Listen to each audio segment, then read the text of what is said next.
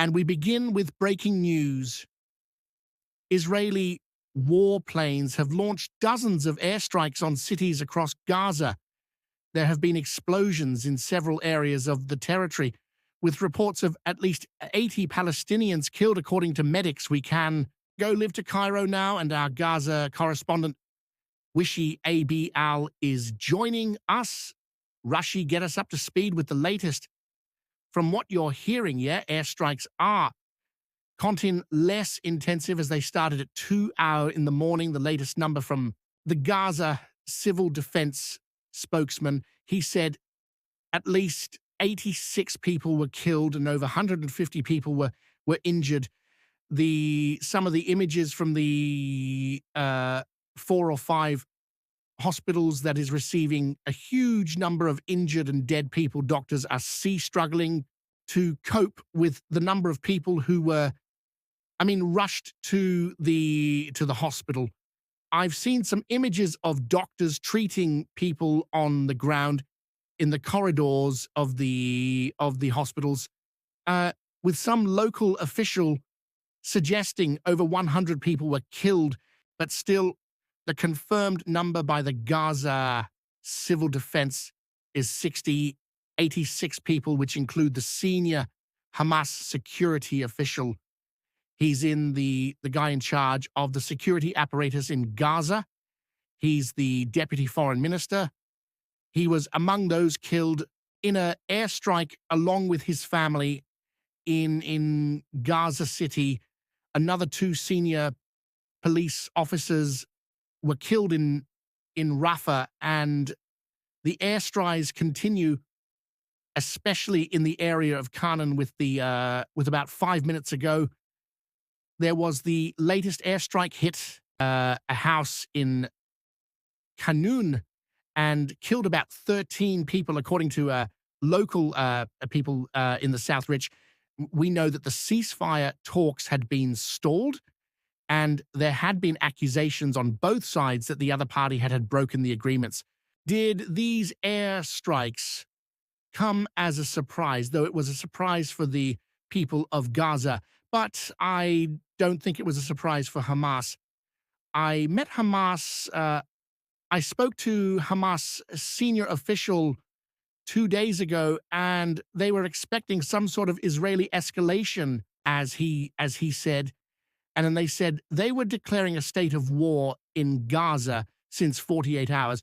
We knew that Egypt here were inviting Hamas leadership into Cairo, and they were trying to push Israel and Hamas to agree to renew to extend the ceasefire, which the last round in Doha lasted for 72 hours, and it failed to renew the ceasefire for the people of Gaza. You know, the Israel didn't allow any aid into Gaza for the last 2 weeks, and they were already struggling to cope with the shortage of electricity, water, and food. And as of 2 out in the morning today, they were also hearing explosions everywhere across Gaza. Started at 2, look exactly Gaza time, with an airstrike in the north, then Gaza City, then expanding into the south, Canaan and Rafah, and explosions were everywhere.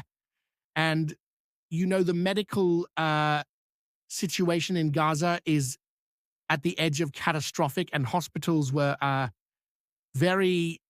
in a very difficult shape. They were struggling to cope with the number of injuries, and people who have access to social media posting appeals, calling for ambulances to reach some certain area where the airstrike struck.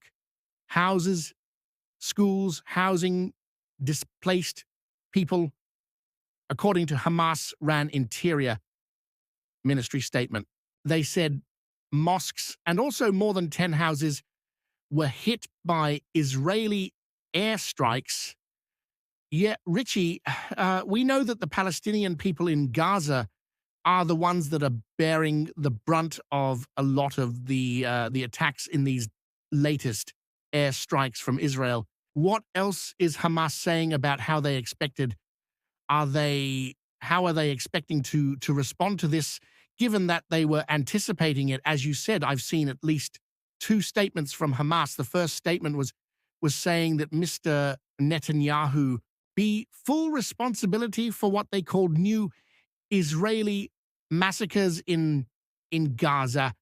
The statement said, the second statement, just 5 minutes ago, the Hamas official Sami Abu Zi said that they are conducting urgent contacts with the mediators in Qatar and Egypt to try to put pressure on Israel. They asked the Egyptian and the Qataris to put pressure in Israel to stop the escalation in Gaza, and they are saying that Israel is fully responsible for this latest of escalation, as the Hamas spokesman said. And tell us more about the Israeli side of things. What are they saying is their justification for these airstrikes? Well, there is a statement from Israel saying that they are targeting Hamas commanders and Hamas leaders across Gaza. Well, we are aware of some houses belong to Hamas have been targeted. Israel said that Hamas is trying to regroup and they are recruiting militants. They said, we have seen some reports that Israel said Hamas was recruiting 5,000 new militants into Gaza, and we understand from some Hamas sources and some local sources that Hamas was, for the last 48 hours, was trying to, go and hiding some of the people who are publicly, moving in the ground in Gaza since 19th of January, the beginning of the ceasefire. They G into hiding. So Hamas was expecting some kind of Israeli targeting their people inside Gaza. And as they said, Israel always accused Hamas of regrouping and reestablishing its military capability